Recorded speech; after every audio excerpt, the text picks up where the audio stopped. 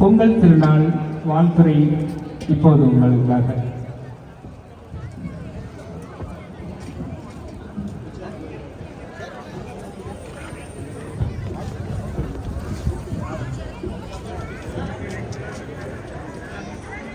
உங்கள் அனைவருக்கும் இந்த ஏக இறைவனின்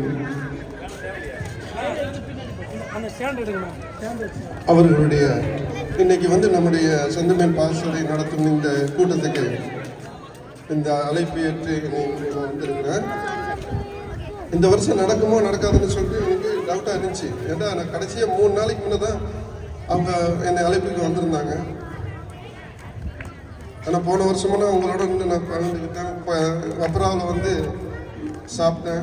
அங்கே கடைசி நேரத்தில் பேசும்போது இவங்க என்ன செஞ்சாங்கன்னு தெரில, சரியாக பேசப்படலை. கடைசியாக மைக்கு என்ன பண்ணிக்கிட்டு எல்லாரும் வெளியே வந்து சொல்லிட்டாங்க. எல்லோரும் தெரிஞ்சிருக்குன்னு நினைக்கிறேன். ரொம்ப வருத்தமாக தான் இருந்துச்சு. ஆனால் அப்போ தான் நான் சொன்னேன், இனி கரெக்டாக பேசிக்கிட்டு எவ்வளோ டைம் என்னன்னு சொல்லிட்டு, ஏன்னா அரபிக்காரன்ட்ட மோத முடியாது, அவங்கள்ட்ட சண்டை போட முடியாது. கடைசியாக யாருமே பேச முடியலை. அங்கே ரொம்ப வருத்தத்தோடு எவ்வளோ அதுக்கு பணம் செலவு பண்ணி அங்கே ஒழுங்காக நடத்த முடியலை. இன்றைக்கி அழகான திடலில் இந்த நம்ம ஸ்கூலில் இன்றைக்கி நடக்கிறத பார்க்கும்போது ரொம்ப சந்தோஷமாக இருக்குது. நல்லா அழகாக இந்த விளையாட்டுகள் நடத்தி கொடுத்தீங்க. உங்களை அந்த விளையாட்டை கெடுத்துட்டேன்னு நினைக்கிறேன். எதுவும் நினச்சிக்கிறாதீங்க. ஏன்னா கொஞ்சம் அறிவுக்கு கொஞ்சம் வலி கொடுப்போம். விளையாண்டோம், உடம்புக்கு நல்லா இது பண்ணோம். இப்போ ரெஸ்ட் எடுங்க. மறுபடியும் விளையாட்டு உங்களுக்கு ஆரம்பிக்கும். எல்லோரும் நல்லபடியாக விளையாட்டு ஆரம்பிக்கலாம். நான் வேண்டாம் தான் சொன்னேன், பேசுகிறதுக்கு ஒன்றும் இல்லை, நீங்கள் வேண்டாம் எல்லாருமே விளையாடட்டும் அப்படின்னு சொன்னேன். இல்லை, உங்களுடைய அறிவுரைகளை கொஞ்சம் சொல்லுங்கடாப்ல. இதே உங்களுக்கு தெரியும், ஜல்லிக்கட்டு பிரச்சனை ஆகும்போது இந்தியாவில் அவ்வளோ பிரச்சனை ஆகும்போது இதே இந்த கிரவுண்டில் தான் கிட்டத்தட்ட 10,000 பேர் இருக்கு. அன்னைக்கு பயங்கர போராட்டம் தமிழ்நாட்டில் நடந்துருந்துச்சு. நம்ம கோயத்துலேயும் பண்ணணும். அந்த கோயத்து பண்ணும்போது 2 பேர் முயற்சி பண்ண அந்த நிகழ்ச்சி அன்னைக்கு கோயத்து மொத்தம் கூட்டமே எங்களுக்கு இருந்துச்சு. எங்களுக்கே பயம் வந்துச்சு. நீங்கள் போலீஸ்காரங்க அவங்க ஏதாவது அரசு பண்ணிட்டு போகணும் அப்படின்னு சொல்லிட்டு எவ்வளோ குயிக்காக முடிக்கணும்னு சொல்ல போகிற மாதிரி இல்லை. ஏன்னா அங்கே அவ்வளவு பிரச்சனை இருக்குது. நம்ம ஒரு நாளைக்கு செய்வோம்னு சொல்லி என்ன 2 நாள் பரவாயில்லன்னு சொல்லியிருந்தாங்க. ஆனால் அன்னைக்கு உண்மையிலே நல்லபடியாக நடத்தி அன்னைக்கு கடந்த கோயத்தில் நம்ம வெற்றி பெற்ற மாதிரி அங்கேயும் தமிழ்நாட்டிலேயே அன்னைக்கு உள்ள பிரச்சனைகள்லாம் முடிஞ்சு இன்னைக்கு சந்தோஷமாக ஜல்லிக்கட்டு நடந்துகிட்டு இருக்குது. அதுக்கெல்லாம் காரணம் நம்ம எல்லாம் ஒற்றுமையாக இருக்குதுன்னா, அந்த ஒற்றுமை எப்போ இருந்துச்சுன்னு வைங்க, எதையும் சாதிக்க முடியும் நம்மளால. இந்த பொங்கல் நல்லா எல்லாரும் ஒரு முடிவு எடுத்துக்கிறீங்க. நம்ம ரத்தங்கள் ஏன்னா எப்படி சொல்றது, நம்முடைய இந்த எல்லா ஹாஸ்பிட்டல்லையும் போயிட்டு எல்லா அமைப்புகளும், நம்முடைய தமிழ் அமைப்புகள் ஒரு 50 அமைப்புகளுக்கு மேலே இருக்குது. எல்லா அமைப்புகளுமே நம்முடைய ரத்தத்தை நம்ம கொடையாக கொடுக்குறோம். அந்த ரத்தம் இருக்கு பாருங்க. உண்மையிலேயே இங்கே கோயித்தியா இருக்கட்டும், இல்லை நம்முடைய நிறைய ஆக்ஷன் நடக்குது. உங்களுக்கு எல்லாருக்கும் தெரியும். நம்ம எல்லாம் கார் வச்சுக்கிறோம், நம்மளுக்கே ஏதாவது நடந்திருக்கு, இல்லை நம்மளுக்கே யாராவது எந்த ரத்தமோ ரத்தம் நம்மளுக்கு ஏறி இருக்கு. அப்போ இந்த ரத்தம் கொடை, அந்த கொடையாக கொடுக்கறது உண்மையிலே அதை நம்ம ரொம்ப சந்தோஷமா ஏற்றுக்கணும், அதை கொடுக்கணும். ஏன்னா ஒவ்வொரு மனுஷனுக்கும் கண்டிப்பாக 7லேருந்து 8 லிட்டர் அவ்வளவு உடம்புல இருந்தால் போதும். ஆனால் நம்ம சாப்பிட்ற சாப்பாடு நம்ம ரத்தம் ஏறிக்கிட்டே இருக்கும், ஊறிக்கிட்டே இருக்கும். அந்த ரத்தம் நம்ம அதாவது அந்த காலத்தில் இந்த போல இந்த ரத்தத்தை நம்ம எல்லாருக்கும் நம்ம அதை மாற்றி கொடுத்து அந்த மாதிரி ஒரு உபகரணம் இல்லாமல் இருந்ததுனால அன்னைக்கு தான் ஒன்றுமே செய்ய முடியலை. இன்னைக்கு அழகா உங்களுக்கு எப்படி எவ்வளோ ஈஸியாக உங்களோட ரத்தத்தை பாட்டில் எடுத்து அதை மாற்றி கொடுத்து அவங்களோட நிறைய பேருக்கு நம்ம உயிரை காப்பாற்றிக்கிட்டு இருக்கிறோம். ஏன்னா நிறைய நீங்களாம் பார்க்கல என்னன்னு தெரியல, அவ்வளவு பிரச்சனை வரும், நம்மளை தேடி வரும். இன்னைக்கு ஒரு பிரசவ டயத்தில் 2 லிட்டர் வேணும், 3 லிட்டர் வேணும். யாரோ ஆக்சிடென்ட் ஆகி நிறைய பைக் ஆக்சிடென்ட் நிறைய ஆக்சிடென்ட் நடக்கும்போது கேட்டு வரோம். நாங்கள் அதனால் இங்கே அங்கே பேங்க்ல அங்கே ஜாபரியாக இருக்கட்டும், மற்ற பேங்க்ல இல்லைன்றாலும் கூட நாங்கள் அந்த நேரத்தில் ரெடி பண்ணி உடனே ஒரு 10 பேர் 20 பேர் அனுப்பி விடுவோம். ஏன்னா நம்மளாம் இந்த ஒற்றுமை இருக்கிறதுனால இன்னைக்கு பார்த்தீங்கன்னு சொன்னாக்க இன்னைக்கு பொங்கல் இந்த கொண்டாட்டத்தை இந்த செந்தமிழ் பாசறை கொண்டாட பார்க்கும்போது ரொம்ப சந்தோஷமா இருக்குது. ஏன்னா யாரும் இப்படி ஒரு விளையாட்டு வச்சு கொண்டாடலை. ஏன்னா தமிழ் சங்கம் இங்கே சால்மியாவில் நடத்திக்கிட்டு இருந்தாங்க, காலையில் நடந்துச்சது. ஆனால் இருந்தாலும் அதெல்லாம் பெரிய குரூப்பு, அதெல்லாம் வசதிக்காரங்க பணக்காரங்க செஞ்சிட அந்த குரூப்பு. இதுல பார்க்கும்போது நம்ம எல்லாம் ஏழைகளா இருக்கோம். இவங்களுடைய இது வந்து இன்னும் உங்களுடைய சந்தோஷத்தை பார்க்கும்போது ரொம்ப சந்தோஷமா இருந்துச்சு எனக்கு. ஏன்னா செந்தமிழ் பாசறை இருக்கிறவங்க எல்லாம் வந்து உண்மையிலேயே ரொம்ப ஏழ்மைப்பட்டவங்க தான் இருக்கிறாங்க. ரொம்ப சம்பளத்தில் குறைவாக தான் இருக்கிறாங்க. கொஞ்சம் பேர் தான் கொஞ்சம் வசதியா இருந்திருக்கான். நானும் ஒரு டிரைவரா இருந்தவன் தான். அதனால உங்களுடைய கஷ்டமெல்லாம் எனக்கு தெரியும். அதனால தான் சொல்றேன், வேற ஒன்றும் கிடையாது. நீங்கள் எல்லாம் ஒவ்வொரு மனிதனும் வந்து நான் சொல்றேன், இந்த நாள்ல முடிவு எடுத்துக்கிறீங்க. போன 2025 நிறைய தப்புகள் நடந்திருக்கு, நிறைய பிரச்சனைகள் நடந்திருக்கும். நடந்துகிட்டே வருது. இப்ப 2026 கூட பிரச்சனைகள் உருவாகுது. அப்படி எந்த பிரச்சனையும் உருவாகாம இருக்கிறதுக்கு நம்ம கடவுள்கிட்ட கண்டிப்பா வேண்டிக்கிறங்க. ஏன்னா யாருடைய ரத்தமும் யாருடைய குடையும் அதனுடைய நம்முடைய குருதி வந்து குடையா தான் இருக்கணுமே தவிர தேவையில்லாமல் ரோட்டில் ஓடக்கூடாது. நம்முடைய ரத்தம் இது ரொம்ப முக்கியம். அதனால சொல்றேன், நம்ம இங்க எவ்வளவு ஒற்றுமையா இருக்கிறோம். ஒரு ரூம்ல 6 பேர் இருக்கிறோம், 5 பேர் இருக்கிறோம்னு சொன்னா அதுல இந்து முஸ்லீம் கிறிஸ்டின் எல்லாருமே ஒன்னா இருக்கிறோம். எவ்வளவு எல்லாரும் அழகா ஆனந்த மாதிரி எல்லாம் ஒற்றுமையா இருக்கிறோம். இங்க எந்த பிரச்சனையும் கிடையாது. இன்னைக்கு 20 வருஷம் 25 வருஷம் 30 வருஷம் எல்லாருமே நமக்கு இங்க இருக்கிறோம். அந்த 25 வருஷம் 30 வருஷத்துல நம்மளால சம்பாதிக்க முடிஞ்சது. நிறைய சம்பாதிச்சு வச்சிருக்கிறவங்களும் இருக்கிறாங்க. ஆனா 25-30 வருஷத்துல நம்ம பேங்க்ல ஒண்ணு இல்லாம அன்னையில இருந்து இன்னை வரைக்கும் கஷ்டத்தோட இருக்கிறவங்களும் இருக்கிறாங்க. அதுக்கெல்லாம் காரணம் நம்முடைய, நல்லா கேட்டுக்கோங்க, நம்முடைய எவ்வளவு நம்ம சம்பாதிக்கலாம். வரவு ஒரு 200 தினாரா இருந்தா ஒரு செலவு ஒரு 150 தினார் ஆகிக்கிறங்க. ஒரு 100 தினார் ஆகிக்கிறங்க. ஒரு 100 தினார் கண்டிப்பா ஒரு சேவல் இருந்துச்சுன்னா ஒரு வருஷத்துக்கு 1200 தினார் ஆகுது. நான் எப்படி வளர்ந்தங்கிறதுக்காக நான் சொல்றேன் உங்களுக்கு. நான் சாதாரண டிரைவரா இருந்து 50 தினார் டிரைவரா சம்பளத்துக்கு வந்தவன் இன்னைக்கு இந்த 1000 பேருக்கு மேல வேலை பார்க்கறான்னு சொன்னா நான் வளர்ந்த விஷயத்த உங்கள்கிட்ட நான் சொல்றேன். வேற ஒன்றும் கிடையாது. எல்லாரும் வளரணும், எல்லாரும் நல்லா இருக்கணும், எல்லாரும் நல்ல ஒரு உச்சத்துக்கு வரணும், யாரும் கீழே போயிடக்கூடாதுங்கிறதுக்காக தான் நான் சொல்றேன் உங்களுக்கு.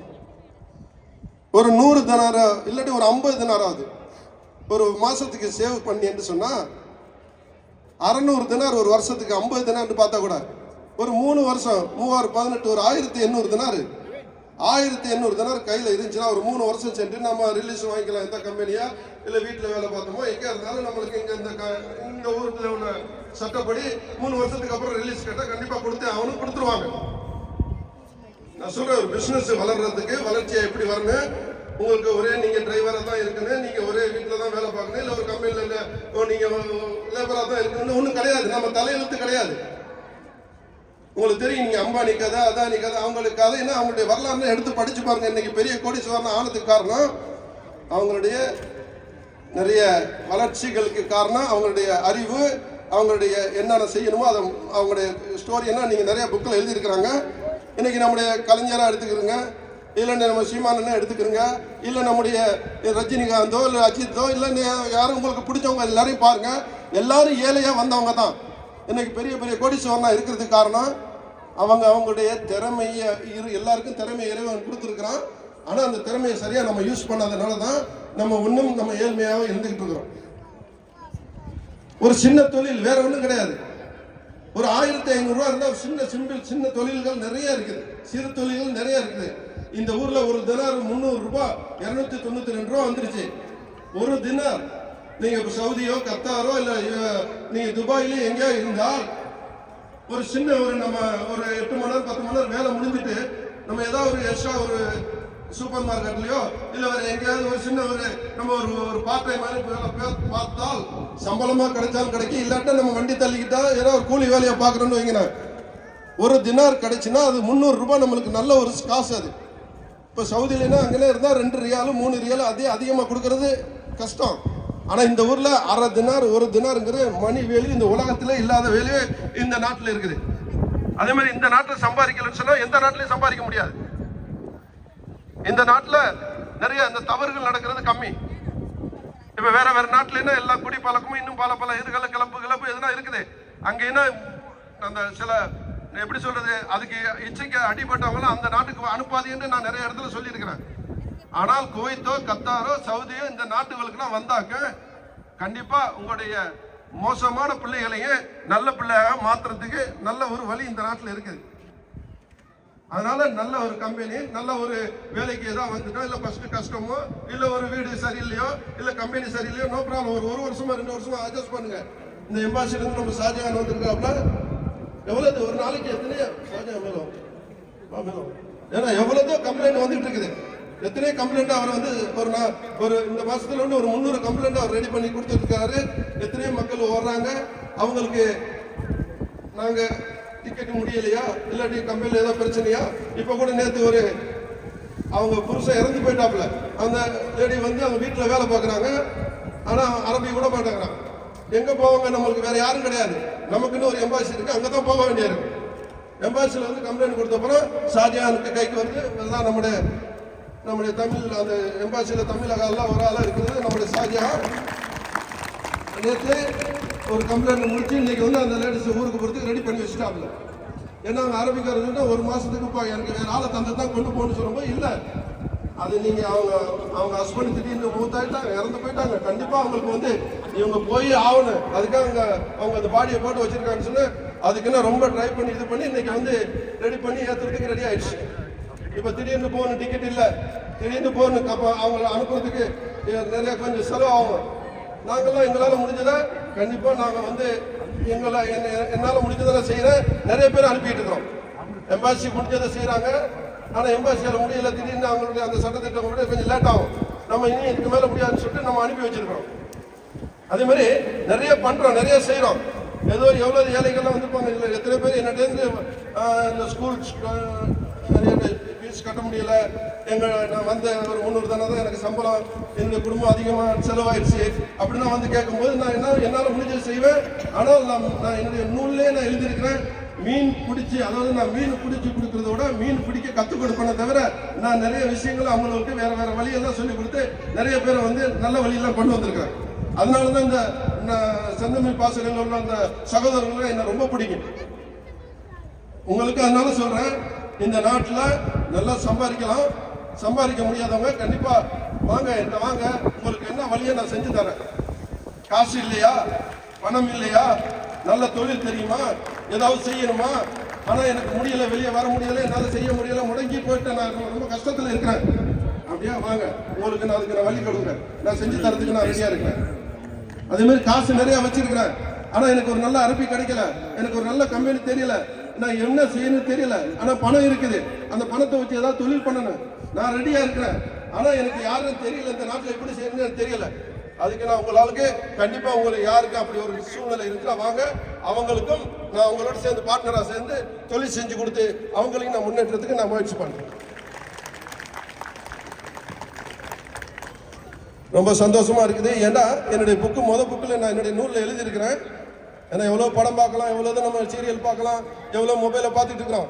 ஆனால் நூல்கள் பார்க்குறதெல்லாம் இப்போ புக்கில் பார்க்குறேன் நான் குறைஞ்சிருச்சு. இருந்தாலும் படம் எடுக்கிறது அதனால பெரிய பெரிய அமௌண்ட் வேணும், அதெல்லாம் செய்ய முடியல. அதனால நிறைய அறிஞர்கள்லாம் புக்குகள் எழுதி வச்சுட்டு போயிட்டாங்க. அப்துல் கலாம் கூட எழுதின அந்த புக்கை நான் அதிகமாக படிச்சிருக்கிறேன். அன்னி தெரசா அவங்க எழுதின புக்கை நான் படிச்சிருக்கிறேன். NC மோகன்தாஸ் அவருடைய புக்கு கூட நான் படிச்சிருக்கிறேன். அவ்வளவு அருமையான புக்குகள்ல நிறைய விஷயங்கள் அதுலேருந்து கற்றுக்கிட்டு தான் நான் நிறைய அந்த புக்கில் நானே எழுதியிருக்கிறேன். இளைஞனே எழுத தொடங்குகிறாயா, நல்லா கேட்டுக்கிறேங்க, படிக்கிற பிள்ளைகளுக்காக நான் இது கொடுத்தேன். இளைஞனே எழுத தொடங்குகிறாயா, மனித நேயத்திலிருந்து தொடங்குன்னு எழுதியிருக்கிறேன். அதே மாதிரி முற்றுப்புள்ளி வைக்க விரும்புகிறாயா, வன்முறைக்கு முற்றுப்புள்ளி வைன்னு சொல்லியிருக்கிறேன். ஏண்டா நம்முடைய நாடு ரொம்ப மோசமான நிலைமையில போயிட்டு இருக்குன்னு சொன்னா வர்ற காலம் என்ன நடக்கும்னு தெரியல. உங்களுக்கு எல்லாம் எல்லாரும் தெரியும். நம்ம எல்லாம் இங்க இருந்துக்கிட்டு நம்ம நாட்டை பத்தி நம்ம கவலைப்படாம நம்ம சந்தோஷமா இருக்கலாம், நோ ப்ராப்ளம். நம்ம சந்தோஷத்துக்கு வந்தா சந்தோஷமா இருக்கலாம். ஆனா நம்ம நாட்டில் நடக்கிறதுக்கு நீங்க எல்லாம் அங்க இருக்கிற உங்களுடைய தாய் தகப்பன் அண்ணன் தம்பி எல்லாருக்கும் கொஞ்சம் பாதுகாப்பா இருக்கிறதுக்கு எல்லாத்துக்கும் ஏற்பாடு பண்றதுக்கு நம்ம எல்லாம் ஒற்றுமையா இருக்கணும். நம்ம செய்யற இங்க நல்ல விஷயங்கள் அங்க போய் சேரணும். அதே மாதிரி நம்முடைய நான் சொல்றேன்னா இல்லையா, எந்த விஷயமா இருந்தாலும் இந்த உலகத்துல நம்ம வந்து இருக்க போறது இல்லை. எப்பயாவது கண்டிப்பா ஒரு நாள் நம்ம ஒரு நாள் எல்லாரும் ஒரு நாள் இந்த உலகத்தை விட்டு போக வேண்டிய ஆள் தான். ஆனால் இந்த உலகத்துக்கு வரும்போது நம்ம ஏழையாக வந்திருக்கலாம். ஆனால் அது வந்து நம்முடைய தப்பு கிடையாது. இறைவன் போட்டு பிச்சை நம்மளை எந்த வீட்டில் போறோம், யார் வீட்டில் போறோம், யார் வீட்டில் பிறக்க வைக்கிறோம், அது வந்து நம்முடைய வேலை இல்லாத இறைவனுடைய வேலை. ஆனால் இந்த உலகத்துல வந்ததுக்கு அப்புறம் நீங்க அதே மாதிரி இருந்துட்டு நீங்க உங்களுடைய ஒண்ணுமே இங்க சாதிக்காம போனீங்கன்னு சொன்னா அது உங்களுடைய தப்பு தான் நான் சொல்றேன். புரியும் நினைக்கிறேன். அதனால யாரா இருந்தாலும் சரி உங்களுடைய ஒவ்வொரு உழைப்பும், ஏன்னா நம்மளுடைய பிள்ளைகள் நம்மளை நம்பி இருக்குது, நம்முடைய தாய் தப்பன் அங்க நம்மளை அனுப்பி வச்சுட்டு நம்மளை நம்பி இருக்கிறாங்க. எத்தனை பேரும் பேச்சுலரா இருக்கிறாங்க, ஃபேமிலியா இருக்கிறவங்கள பத்தி பிரச்சனை இல்லை. நம்முடைய இளமையெல்லாம் விட்டுட்டு இங்கே விட்டுட்டு நம்முடைய கடைசி நேரத்தில் இங்க சம்பாரிச்சுட்டு எல்லாத்தையும் அனுப்பிட்டு ஒண்ணும் இல்லாம அங்க போகும்போது காசு எவ்வளவுதான் கொண்டு போனாலும் ஒரு புண்ணியமும் இல்லை. இளமையெல்லாம் இங்க போயிட்டு அப்புறமா போன அந்த பேச்சுலர்களுக்கு ஒரு மதிப்பும் இல்லாம போயிடும். அதனால குறிப்பிட்ட நாள் சம்பாதிங்க, நல்ல ஒரு தொழில் பண்ணுங்க, ஒரு நல்ல ஒரு முதலாளி ஆகுங்க, உங்க ஃபேமிலியில கொண்டு வாங்க, சந்தோஷமா இருங்க. இல்ல முடியலையா ஏதாவது உங்களால் சம்பாரிச்சு ஊர்ல போய் தொழில் ஏதாவது தொடங்க. இதுதான் நான் சொல்றது அறிவுரைகள். என்னுடைய ஏதோ நீங்க நிறைய பார்க்கலாம், என்னுடைய வெப்சைட்ல போய் பாருங்க, நிறைய பேசியிருக்கிறேன். ஏன்னா உங்களை நல்ல சந்தோஷமான நேரத்தில் நான்